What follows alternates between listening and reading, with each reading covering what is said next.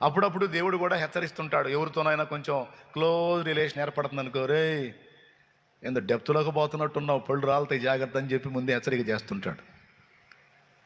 ఈ సహోదరుడు నా మనసు నెరిగిన వాడు అని చెప్పి లోతులోకి వెళ్తున్నాను అనుకో, హెచ్చరిక చేస్తాడు, నువ్వు ఒంటరివి, ఎవరితోనూ నేను ఏ తమ్ముడితో, చెల్లితో, అన్నతో, అక్కతో, అందరితో ఉంటా, అందరితో మాట్లాడతా. కానీ దేవుడు నేర్పిన పాఠం ఏంటో తెలుసా? ఎవరితో కూడా లోతుగా పెన వేసుకోవద్దు. నువ్వు పెన వేసుకుంటే ఒక్క నాతోనే. అట్లా కాకుండా మరి ఎవరితోనైనా నువ్వు పెన వేసుకుంటే ఒకనాడు విలవిలలాడతావు. నన్ను కాక మరి ఎవరిని నువ్వు పెన వేసుకున్నావు, ఒకనాడు విలవిలలాడతావురా పిచ్చోడా, గిలగిల తండ్రుకు సత్తావు. వద్దు నా మాటిను. ఇవన్నీ ఈ కథ కల్పించినోడిని నేను.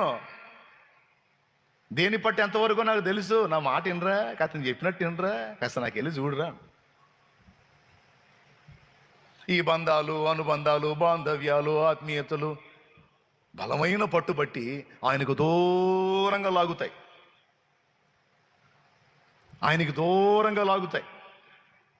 వాటిని బలవంతంగా వదిలించుకొని ఆయనకు సమీపంగా వెళ్ళి హత్తుకోవాలి. ఇది మన పోరాటం. ఎంతమందికి అర్థమవుతుంది నేను చెప్పేది? నిజంగా అర్థమవుతుందా? అబ్బా ధన్యుణ్ణి, ఇంతమంది చేతులు ఎత్తారంటే. ఏమండి, కుదరదు, ఇప్పుడు అయిపోయింది టైం, వాక్యం అయిపోయిందా కూర్చోవాల్సింది. ఎక్కడొచ్చాగాం? అదే నువ్వు చెప్పిన కాడికి వచ్చాగాం.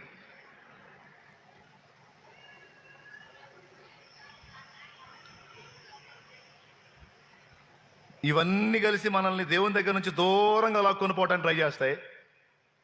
మనమేమో వాటన్నిటిని ఎప్పటికప్పుడు, ఏ రోజుకి ఆ రోజు, ఏ పూట కాపట బలవంతంగా వదిలించుకొని ఆయనకి సమీపంగా వెళ్ళాల్సి ఉంది. ఈ మాదిరి మనకి యేసయ్య చూపించాడు. బైబిల్లో యేసు ప్రభు గురించిన ఒక మాట ఉంటుంది. ఆయన వారిని బలవంతముగా పంపివేసి అనుంది. ఎరుగుదరా మాట? ఆయన వారిని బలవంతంగా పంపివేసి ప్రార్థించుటకు ఏకాంతముగా పోయెను. ఎక్కడికి పోయాడో తెలుసా? తన చుట్టూ ఉన్న శిష్యులను బలవంతంగా వదిలించుకొని మీరు పోండి అని మనుషుల్ని వెళ్ళగొట్టి, శిష్యుల్ని వెళ్ళగొట్టి, నేను నా తండ్రి అనుకుంటూ పోయాడు. హల్లెలూయా. యేసయ్య దినమంతా పని చేయుచు నాదుడు యేసు జనుల బాధలు మోయుచు.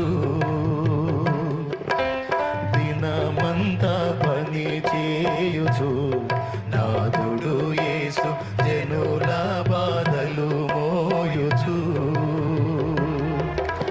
వినుడు మరుగౌ వేళ జనకుని కడకేగి, వినుడు మరుగౌ వేళ జనకుని కడకేగి, మనసార విశ్రాంతి అనుభవించెడి చోటు.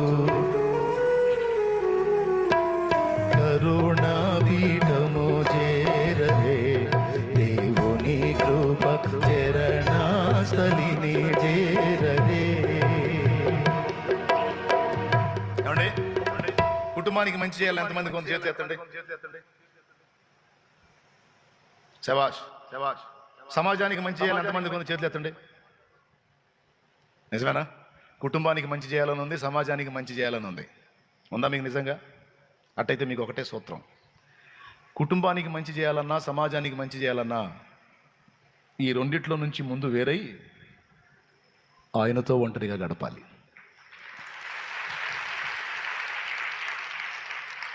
ఆయనతో ఒంటరితనమును సాధన చేయాలి. ఇది గుర్తుపెట్టుకోండి, చాలా కీలకమైన విషయం.